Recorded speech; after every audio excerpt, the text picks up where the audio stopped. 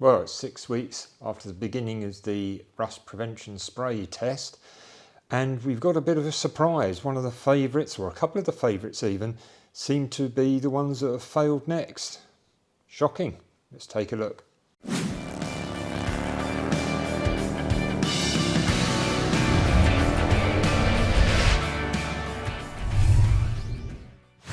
Hi guys, and welcome back to the channel. Thanks for joining us once again.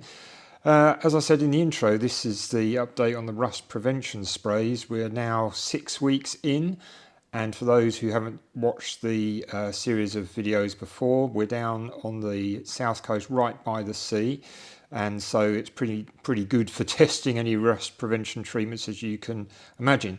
So without further ado, we're looking at the first 4 of the 8 we've got under test here. So looking at it from the left hand side, it's the WD-40, the FS365, the GT85, and then the Muc-Off HCB-1.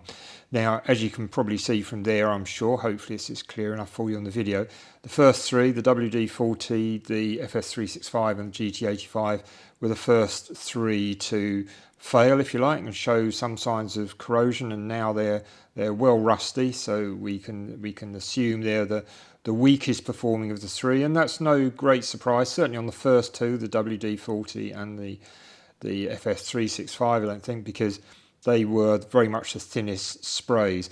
I think I share a lot of your views, a lot of the comments from previous videos, in being a bit disappointed in the GT85. I had high hopes for the GT85, but it's really no better than either of the other 2 in this test, unfortunately. The Muc-Off, the HCB-1, that's a bit of a dark horse. It was a fairly recent addition. I didn't have much information on it, and it's turning out to be performing very well. I can't really see anything much on there at the moment. Some of the discoloration, which may look like rust to you, is actually the product itself. These products fall into 3 categories, I think it's fair to say. The first 3 that you're looking at on the left hand side are very thin, oily sprays.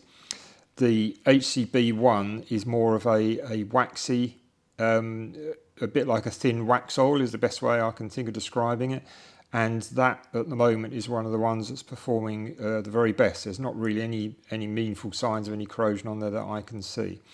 But the second 4, there's some surprises on there, so let's just whip over to the last 4, the second 4 on the test rig. Okay, so the second 4 of the group, there's a bit of a surprise here. So looking at it from the left hand side, we've got the TechCote TC200, the 2 XCP Professional products, firstly the Rust Blocker and then the Rust Blocker Clear Coat, and then the ACF 50. Now hopefully you can pick up on that the first one to look at perhaps on the right hand side is the ACF 50, which is starting to fail. So after 6 weeks, albeit in a very salty environment on bare steel, the ACF 50 is failing now. Also, second from the right, the XCP Professional, the Clear Coat product, is also failing. So we're kind of narrowing it down now to 3 products remaining. So let's have a zoom in on some of those. Okay, so the top 3 that I'm seeing at the moment. First of all, if I look at what I'm seeing is probably the in third place, if you like, in the running order at the moment. That's the one in the centre. That's the TechCote ACS 200.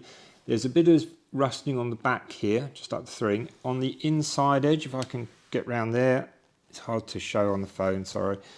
It's looking pretty clean and pretty much okay. So some rusting just here, but otherwise it's doing really well. I'd say it's a clear third place at the moment.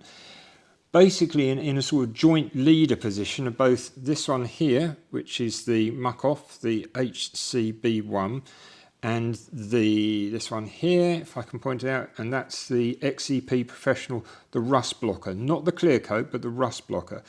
Now, interestingly enough, and I suppose this isn't any great surprise, both the HCB-1 and the TC200, but particularly the XCP Rust Blocker, are very much a thicker product. They go on more like a wax than they do an oil. And I think that's what's really starting to sort out the really top end products as far as protection goes from those that are good but just don't have that sort of staying power, if you like. So that's a brief update as to where we are at the moment. The standout ones that are good at the moment that seem to be winning the race are the Muc-Off product, the HCB-1 as I say, and the XCP Professional Rust Blocker. So I'll be back with a further update in the next few weeks, but as it stands at the moment, those are the two standout products if you want to protect your bike over winter that I would certainly go for. Hope it's been of use, guys, and I'll catch up with you very soon with a further update on this test. Cheers for now, guys. Ta-ra.